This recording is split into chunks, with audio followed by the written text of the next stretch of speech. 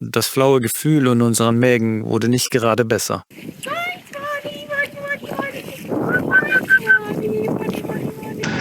Wir haben es geschafft. Wir sind endlich in Brasilien angelangt. Das erleichtert schon recht viel. Moment mal. Das hier sieht nicht richtig aus. Tschüss, Dänemark. Mit einem wehmütigen Blick zurück haben wir die wunderschöne Bucht von Langeland hinter uns gelassen. Doch unser Ziel ist kein gewöhnliches. Wir segeln nach Kiel, eine Stadt, die für uns eine besondere Bedeutung hat. Denn hier haben wir 2023 geheiratet. Hier beginnt ein neues Kapitel unserer Reise.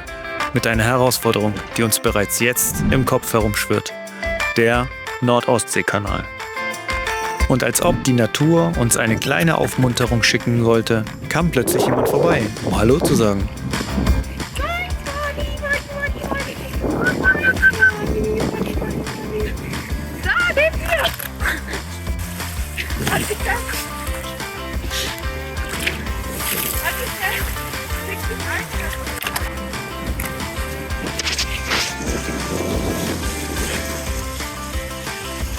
Das ist ein Delfin. So, wir sind jetzt mit gemütlichen 2 Knoten unterwegs. Tatsächlich aber jetzt nach 4 Stunden etwas schlauchend. Nichts passiert. Ab und zu schlagen die Segel.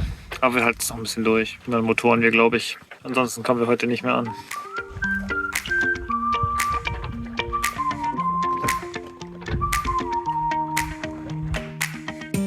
So, wir motoren wieder. Es ist viel zu langsam. Alles. Wir hatten weniger als 4 Knoten Wind. Das Wasser ist spiegelglatt. Wir sind jetzt etwa in 2 Stunden in Kiel. Wir haben es geschafft. Wir sind endlich in Brasilien angelangt. Was? Nein, wir sind nicht falsch abgebogen und plötzlich in Südamerika gelandet. Nein, wir befinden uns noch immer in Norddeutschland. Offenbar hatte hier eine Gemeinde Sinn für Humor, denn dieser Ort heißt hier tatsächlich Brasilien. Und nach Kalifornien ist es auch nicht sehr weit.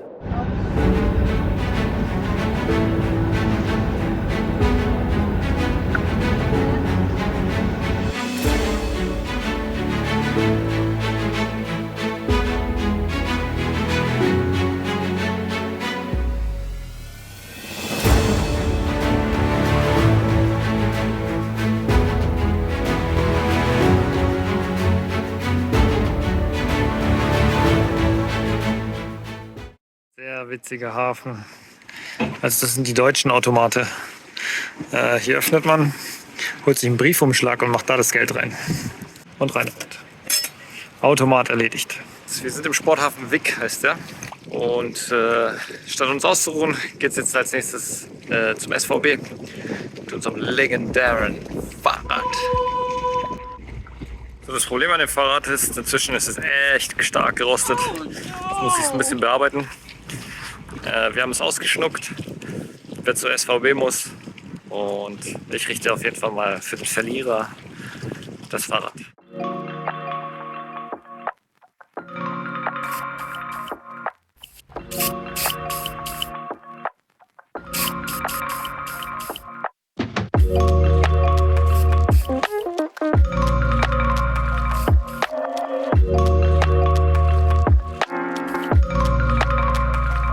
Mit Rostlöser eingeschmiert.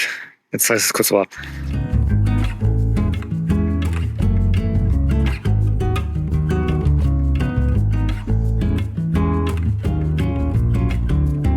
So, schauen wir uns mal das Ergebnis an. Ja, Kette sieht schon ein bisschen besser aus. Die leicht beweglichen Teile auch. Aber die Schrauben finde ich nicht so gut gelungen. Aber besser kriege ich es jetzt nicht hin. So, zu guter Letzt versuche ich es mit Silikonspray zu versiegeln. Zumindest die Kette.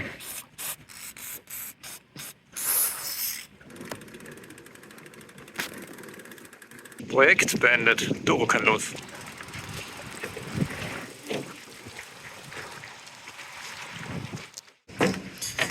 Ich habe gerade meinen Zugang zur Toilette bekommen. Was soll ich sagen? Deutschland. Du bist ein sehr spannendes Land. Du enttäuscht mich nie mit Comedy.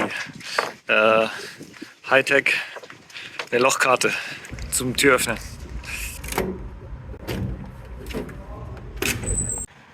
Die Seglervereinigung Kiel. Doro ist wieder da. Ja.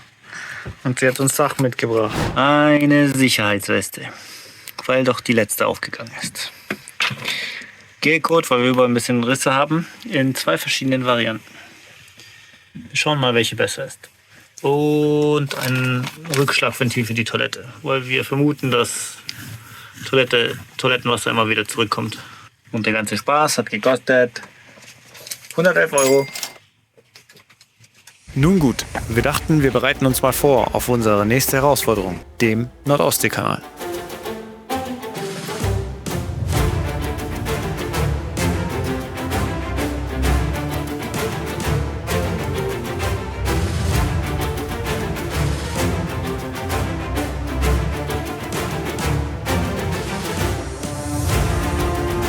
Vor Ort konnten wir schon mal einen Blick auf die ersten von insgesamt 2 Schleusen werfen. Und naja, sagen wir mal so, das flaue Gefühl in unseren Mägen wurde nicht gerade besser. Riesige Schleusentore, dahinter eine gewaltige Kammer und dann, als wäre das nicht schon einschüchternd genug, ein Segelboot, das gerade mit einem gigantischen Frachter zusammen in die Schleuse fuhr. Der Größenunterschied war absurd. Uns war es sofort klar, wenn wir da drin sind, muss alles passen. Wir haben eine ganze Liste an Sorgen, die uns hier beschäftigt. Wie funktioniert der Funk in den Kanälen? Was ist mit den Ampeln? Werden wir rechtzeitig erkennen, wann wir fahren dürfen? Und dann die wirklich große Frage, die Riesenschiffe. Wir werden ihnen verdammt nahe kommen. Viel näher, als uns lieb ist. Naja, und ganz viele andere Punkte. Okay, das wird echt aufregend morgen für uns. Ich hoffe, wir kriegen alles hin.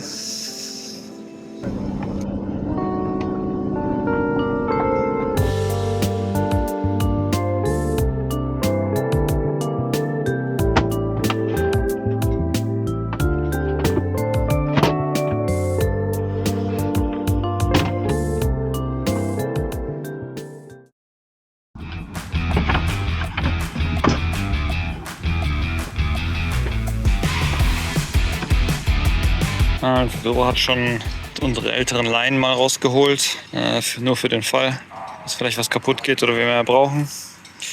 Alle Fender schon bereitgelegt und zusätzlich Fenderleinen, also Leinen, die den Fenderjob machen werden, weil der Steg so weit am Wasser ist. Ich glaube, wenn man es sieht, dann versteht man es besser.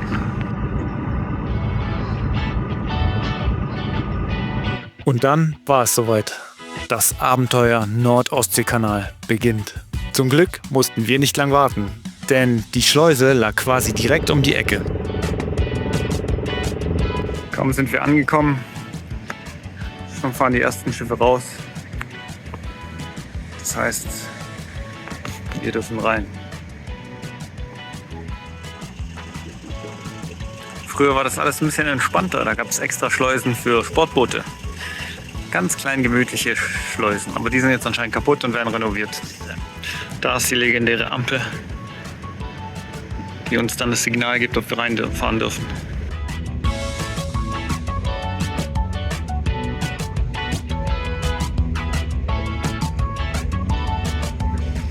Nice, wir haben gerade den Funkspruch abgehört.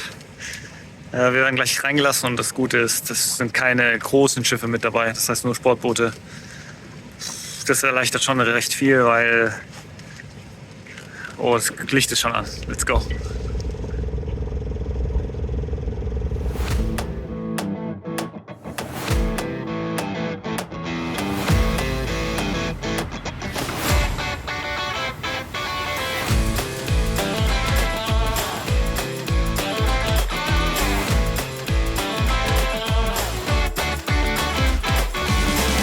Einige unserer Sorgen, zum Beispiel wie genau das mit den Ampeln funktioniert, lösten sich glücklicherweise schnell in Luft auf. Aber wie das so ist, wenn man eine Hürde nimmt, tauchen direkt neue Herausforderungen auf. Meine nächste Aufgabe, das Boot präzise an die Schleusenwand heranbringen, damit Doro auf das Schwimmponton hinunterspringen konnte. Einfach? Nein, definitiv nicht. Ich musste nah genug ran, damit sie ohne Risiko übersetzen konnte. Aber bloß nicht zu nah ran, sonst würden wir eventuell das Boot beschädigen. Und als wäre das nicht genug, dürfte das Ganze auch nicht zu langsam ablaufen, denn hinter uns fahren weitere Schiffe mit rein. Und mal ehrlich, ungeduldige Schleusenwärter möchten wir auch nicht erleben.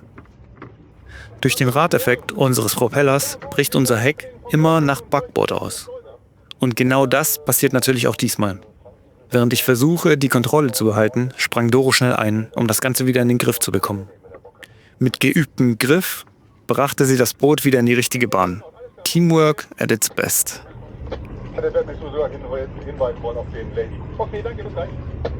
Allzu lange mussten wir nicht warten. Da schlossen sich auch schon die gewaltigen Schleusentore hinter uns. Jetzt hieß es, Boot sichern und abwarten. Unser Aufbau, so wie wir es in den Hausaufgaben gelernt haben. Vorne eine Leine, hinten eine Leine und eine Spring, eine Mittelspring.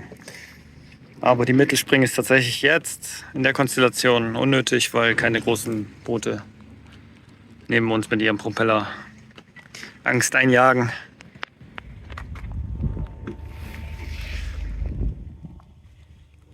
Währenddessen ging es ans Feintuning, Fender checken. Und hier kam die Fenderleine ins Spiel. Die normalen Fender sind mit Luft gefüllt, weswegen sie bei Schwimmpontons leider gerne einfach wegrutschen. Und da kommen die Fenderleinen ins Spiel. Die Seile können genug absinken, um das Boot ordentlich abzufendern.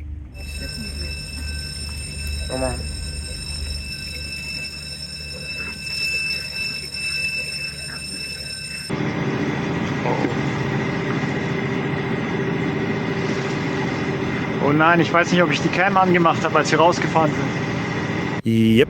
Vor lauter Aufregung habe ich natürlich vergessen, die Kamera beim Rausfahren anzumachen. Klassischer Fall von zu viele Dinge gleichzeitig im Kopf.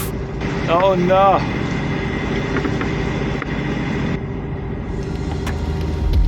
Innerhalb des Kanals wird nicht in Seemeilen gerechnet, sondern in Kilometern. Und dafür gibt's diese weißen Schildchen am Rand. Die zeigen uns genau an, wie weit es noch bis zum Ausgang ist. Zu Beginn standen da knackige 96,5 Kilometer. Klingt erstmal machbar, bis man bedenkt, dass die Höchstgeschwindigkeit für Segelboote hier irgendwo zwischen gemütlich spazieren und Schildkröte mit Rückenwind liegt.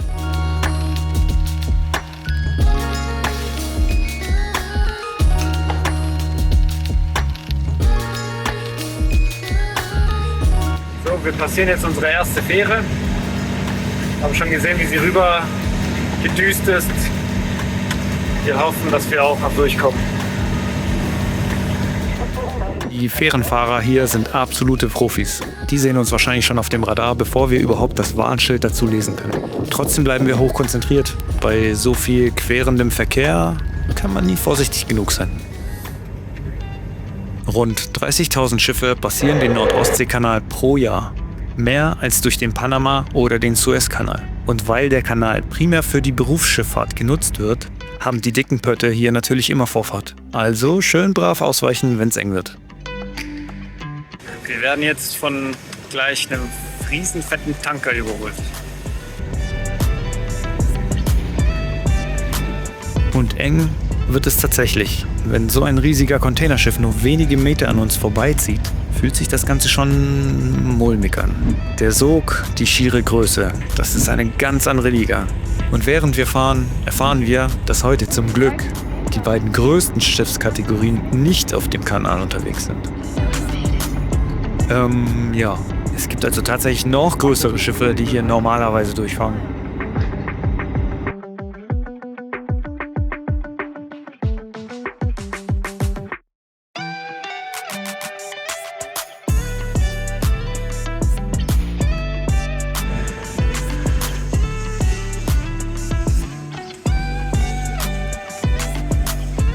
So, Halbzeit. Leider haben wir ordentlich Gegenwind jetzt bekommen und jetzt fehlt uns etwa nach hinten hinaus eine Stunde. Deswegen, wir schaffen es nicht, aus dem Kielkanal heute rauszukommen. Wir dürfen nur bis 21 Uhr fahren und voraussichtlich wären wir um 22 Uhr draußen und selbst dann müssten wir ja dann noch nach Cuxhaven 15 Seemeilen schippern. Das heißt, es wird nichts. Jetzt gucken wir, wie lange wir noch Lust haben und dann machen wir für heute einen Break. An manchen Stellen hat es sogar 2 Fähren gleichzeitig.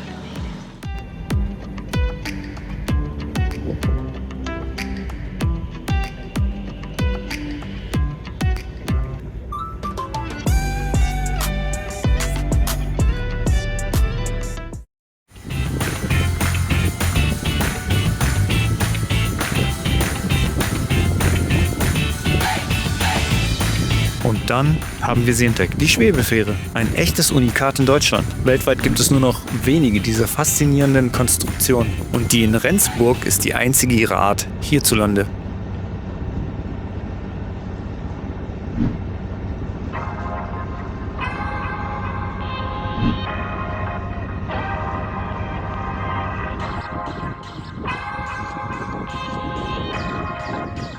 Langsam wird es dunkel und wir sind gezwungen, unsere Fahrt zu beenden.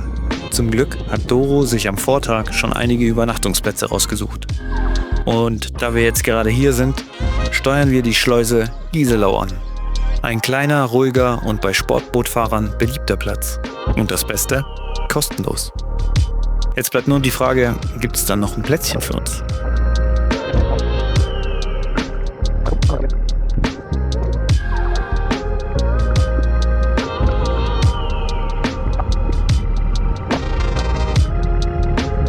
Moin! Guck mal, die Lumme.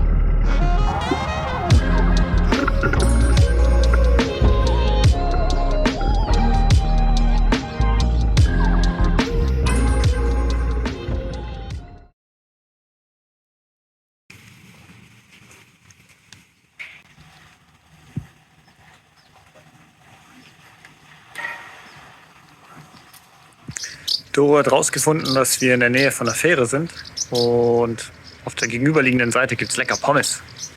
Haben wir uns überlegt, okay, dann nutzen wir die Gunst der Stunde, fahren mal mit der Fähre rüber.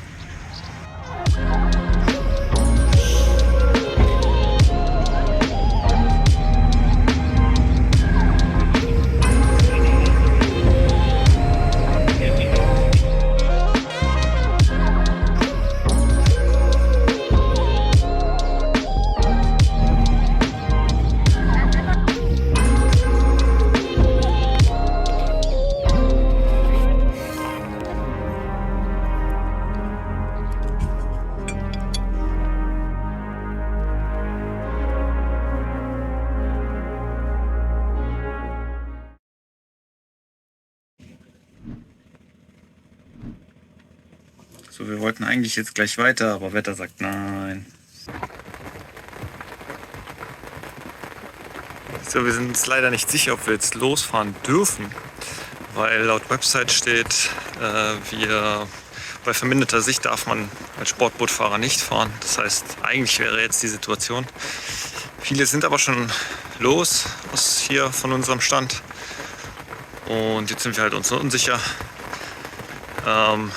Ja, das heißt ja nicht, dass wenn es alle tun, hat es seine Richtigkeit. Deswegen, ich frage mal nach beim Schleusenmeister. So, super beraten. Die Sicht ist zwar eingeschränkt, aber nicht so sehr, dass man den Kielkanal nicht benutzen kann. Also weiter geht's.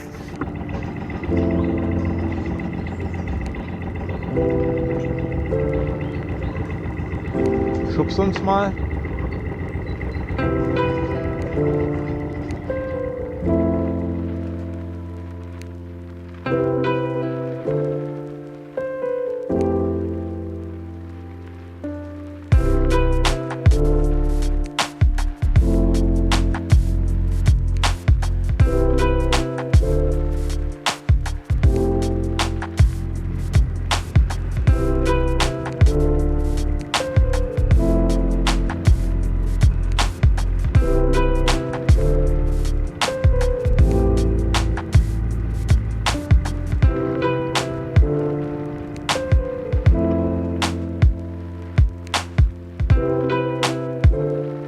Unsere Fahrt auf dem Nord-Ostsee-Kanal geht weiter.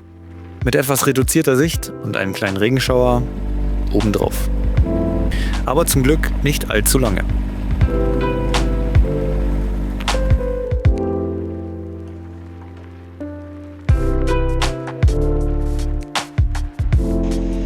Und dann sehen wir endlich die Ankündigung für das Ende unserer Kanalreise. Ein Schild mit 4,5 Kilometern drauf. Fast geschafft.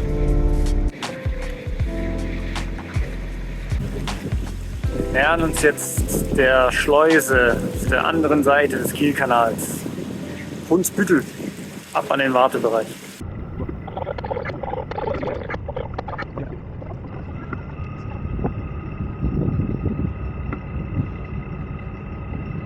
Moment mal. Das hier sieht nicht richtig aus. Wir sind irgendwie im Hafen von Brunsbüttel gelandet. Weder Navionics noch die Nordostsee-Kanal-Website geben uns hier eine klare Antwort, wo genau wir hin müssen. Also erstmal stoppen und nachschauen. Ein weiteres Rätsel: Werden die Schleusen für Sportboote auf dieser Seite gerade renoviert? Falls ja, müssten wir hier mit den großen Schiffen schleusen. Wenn nein, müssen wir auf die andere Uferseite und das würde bedeuten, das Fahrwasser der riesigen Schleusenschiffe zu queren.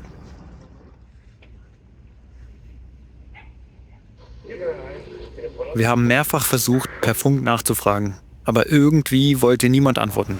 Also bleibt uns nur auf gut Glück rüber. Und siehe da, bevor wir überhaupt den Wartebereich erreichen, öffnen sich die Schleusen bereits für uns.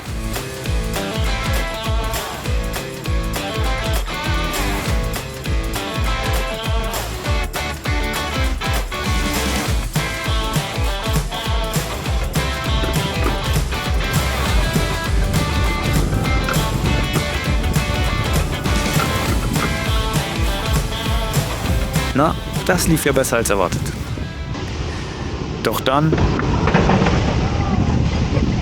Die Frau vor uns hat einen kleinen Schreckmoment. Ihre Automatik-Rettungsweste löst plötzlich aus. Damit hatten wir jetzt nicht gerechnet.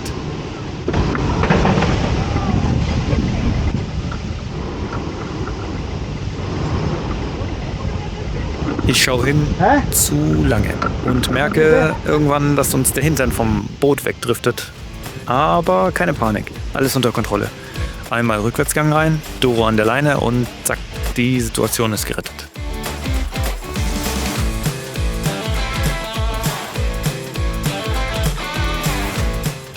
Etwas holprig reingekommen, so mit Ach und Krach irgendwie. Unsere letzten Momente in der Ostsee. Das ist schon nicht mehr Ostsee. Unsere letzten Momente in der gemischten Ostsee.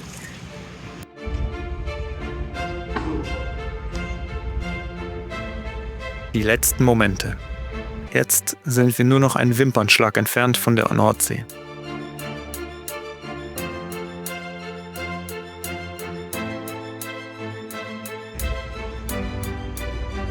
Die Schleusen öffnen sich. Und vor uns liegt unser nächstes großes Abenteuer.